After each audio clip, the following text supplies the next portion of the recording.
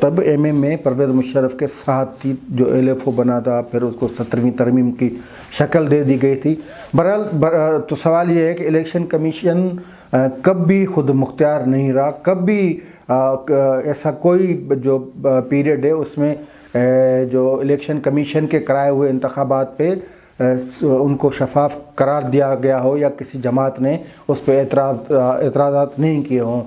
آپ کراچی کی ہی مثال لے لیں، وہاں سے MQM کس طرح اس الیکشن کو چھوڑ کے 2018 والی کو باقی انتخابات میں 88 سے آپ شروع کر دیں تو MQM کس طرح انتخابات جیتتی تھی، لیکن الیکشن کمیشن اس حد تک یعنی MQM کی حد تک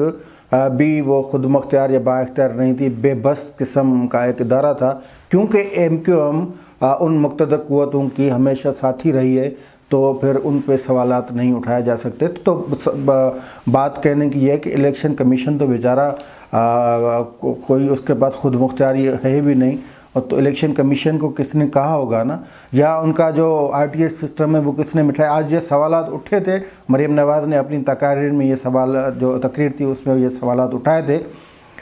تو بہرحال کہنے کی بات یہ ہے کہ اس الیکشن کمیشن کے سامنے احتجاجی مظاہرہ کیا گیا جو پہلے ہی بے اختیار ہے، بے بس ہے، لاچار ہے۔ اس کے جو 4 ممبران ہیں، ایک چیف الیکشن کمشنر ہے، تو جب 2018 جس کے 11 جماعتیں جو وہ الیکشن کے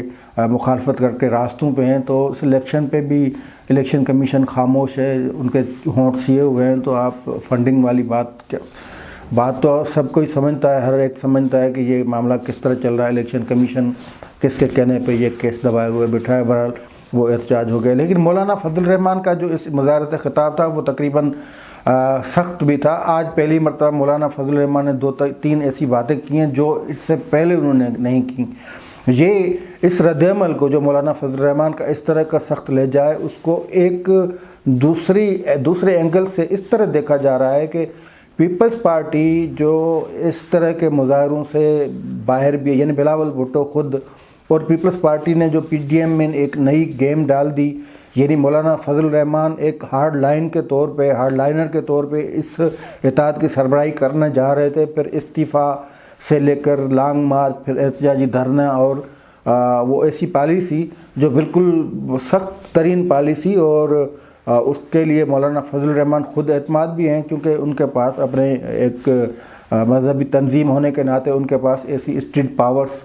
پاور ہے، اور ان کے پاس بندے بھی ہیں جو لائے جا سکتے ہیں، اور وہ بندے بٹھائے بھی جا سکتے ہیں 1 ہفتہ 2 ہفتے 3 ہفتے۔ تو لیکن جو آصف علی زرداری نے جو نئی اپنا پلان دیا، وہ پلان تو یہ تھا کہ آپ سسٹم میں رہیں، ضمنی انتخابات میں حصہ لیں، سینٹ انتخابات میں حصہ لیں، سب کچھ رہیں، پھر عدم اعتماد کی کوشش کریں، اس میں کامیابی مل جائے گی۔ بہرحال یہ وہ فارمولہ تھا جس سے جو شامل جماعتیں تھیں PDM میں، ان میں رفت پیدا ہوا۔ کچھ حامی تھی آصف علی زرداری کے، کچھ جو حامی وہ مولانا فضل الرحمان کی تھی، لیکن پھر میاں نواز شریف کو بھی یہ بات سمجھ میں آ گئی کہ سسٹم میں رہتے ہوئے لڑا جا سکے۔ اب وہ مولانا فضل الرحمان جو جس PDM کی سربراہی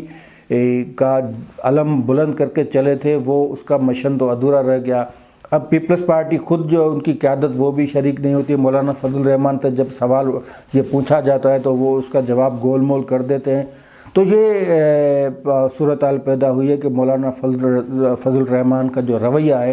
اس کا جو انداز ہے، یا جو ان کے جو خطابات ہیں، وہ سخت سے سخت ہوتے جا رہے ہیں۔ لیکن الٹیمیٹلی کیا ہونا ہے وہ تو تھوڑا وقت آئے گا، پھر ہی بات چلے گی، بات سامنے آئے گی کہ کیا ہونا ہے۔ لیکن فی الحال یہ سسٹم میں رہ رہے ہیں، لیکن یہ ریئیکشن ہے، ایک ریئیکشن ایسا ریئیکشن جو مطلب ناگزیر ہے، اور ایک مولانا فضل الرحمان کہ اس سارا اتحاد یا ساری تحریک ہے، اس میں اس کو نشانہ بنایا جاتا ہے، خاص طور پہ حکومت کی طرف سے کہ مولانا سے ہاتھ ہو رہا ہے۔ بہرحال جو آج باتیں ہوئی ہیں وہ سخت ترین بھی ہوئی ہیں، اور مولانا فضل الرحمان نے پھر یہ کس سے پیغام دیا ہے کہ اگر جو ایک تو انہوں نے گردن کٹ جانے کی بات کی کہ یہ سر ہم جو ہیں یہ گردن اونچی رہے گی تو عزت سے رہے گی ورنہ کٹا دیں گے. بہرحال ایسی باتیں مولانا نہیں کرتے. اس طرح کے جذباتی انداز میں مولانا ماہر ہیں, مذہبی اسکالر ہیں بڑے, اور سیاست کو بالکل زبردست انداز میں سمجھتے ہیں. تو اس سے جذباتی انداز میں وہ, بلکہ دوسری بات جو انہوں نے کی وہ یہ کی تھی کہ اگر جس کو خوف لگتا ہے تو ہماری صفوں سے نکل جائے. اچھا, اس جو آج کی ریلی تھی اس پہ الیکشن کمیشن کا جو رد عمل آیا ہے وہ کسی احتجاجی مظاہرے کے حوالے سے الیکشن کمیشن کا رد عمل اپنی نوعیت کا پہلا رد عمل ہے. انہوں نے واضح کر دیا کہ اسکروٹنی کمیٹی جو فارن فنڈنگ کا کیس دیکھ رہی ہے اس کو کہا گیا کہ آپ ہفتے میں 3 بار بیٹھیں اور میٹنگ کریں تاکہ اس کیس کو منطقی انجام تک پہنچایا جا سکے. اور اس کیس کو کرونا اسکروٹنی کمیٹی کے ممبر کا ریٹائرڈ ہونا یا وکلاء کی جو عدم حاضری ہے اس کی وجہ سے پھر بھی ہم اس کیس کو چلا رہے ہیں, یہ انہوں نے جواز پیش کیا. حکومت کا موقف یہ ہے کہ یہ آج کا جو شو تھا وہ شو ناکام تھا. اب ناکام یا کامیاب ہونے کا وہ حکومت کے پاس جو ہے وہ اندازہ, حکومت کے پاس اپنی ایک پیمانہ ہے. میں کم از کم اس کو جو ریلی ہے اس کو ناکام نہیں کہوں گا. سخت بیانیہ تھا, تمام تقاریر جو وہ آزاد رمونہ تھی, اور حکومت بھڑک جب اٹھتی ہے تو لگتا ہے کہ یہ شو کامیاب نہیں ہوتا. شیخ رشید جو چیلنج کر رہی ہیں وہ چیلنج ان کے کل گلے بھی پڑ سکتا ہے, اور اس طرح کے معاملات میں پھر شیخ رشید کی طرح للکارا نہیں جاتا. حکومت ہمیشہ ہولا ہاتھ رکھتی ہے, حکومت ہمیشہ مفاہمت اور مشاورت سے چلتی ہے. حکومت کنٹینر پہ جو چڑھ کے عمران خان یا ان کو اس چیز سے سبق سیکھنا چاہیے 2.25 سالوں سے. شیخ رشید